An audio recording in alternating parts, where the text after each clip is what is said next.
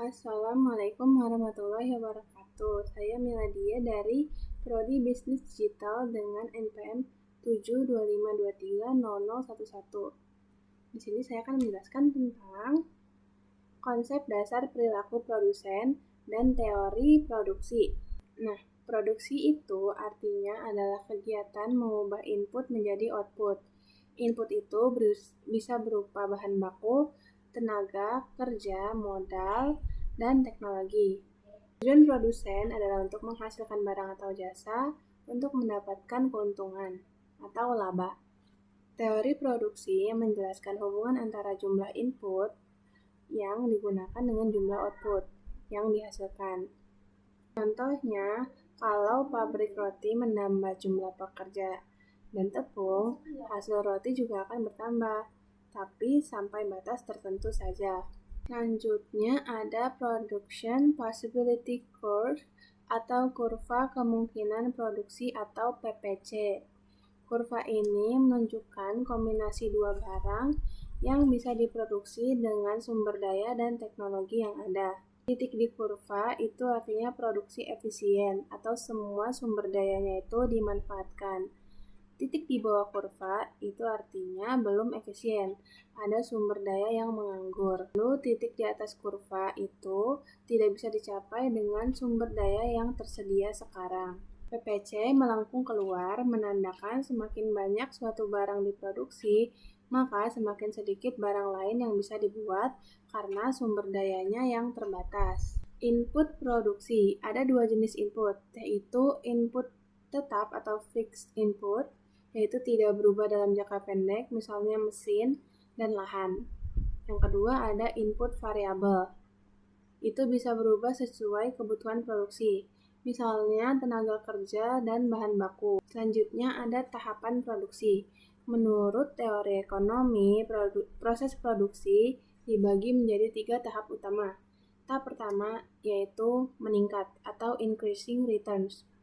Setiap tambahan input menghasilkan output lebih besar dari sebelumnya. Contohnya, menambah pekerja awalnya membuat produksi meningkat pesat. Tahap kedua yaitu menurun atau diminishing returns, yaitu tambahan input masih menambah output, tapi kenaikannya makin kecil. Ini tahapan paling efisien untuk produksi. Tahap yang ketiga itu negatif atau negative returns. Terlalu banyak input justru menurunkan total output. Misalnya, terlalu banyak pekerja dalam suatu ruangan bikin kerjaan tidak efisien. Selanjutnya, ada konsep dasar perilaku produsen 1. Kurva produk rata-rata dan produk marginal. Produk total atau TP itu jumlah total barang yang dihasilkan dari sejumlah input.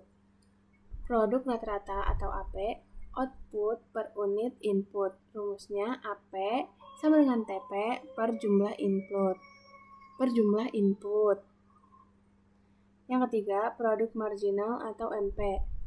Tambahan output dari setiap penambahan satu input. Rumusnya MP sama dengan delta TP per delta input.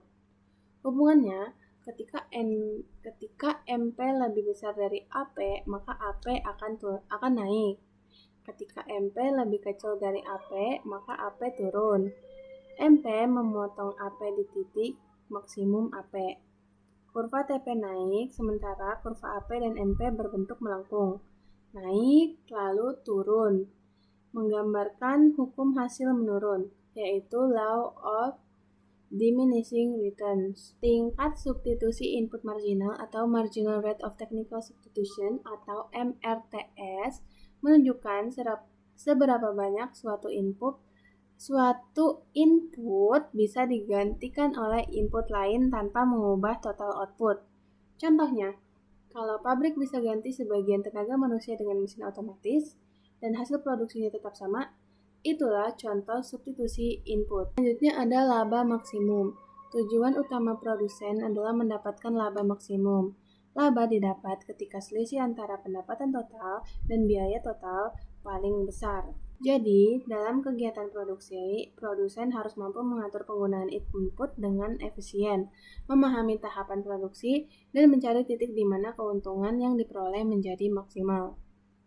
Sekian dari saya, kurang lebihnya mohon maaf. Wassalamualaikum warahmatullahi wabarakatuh.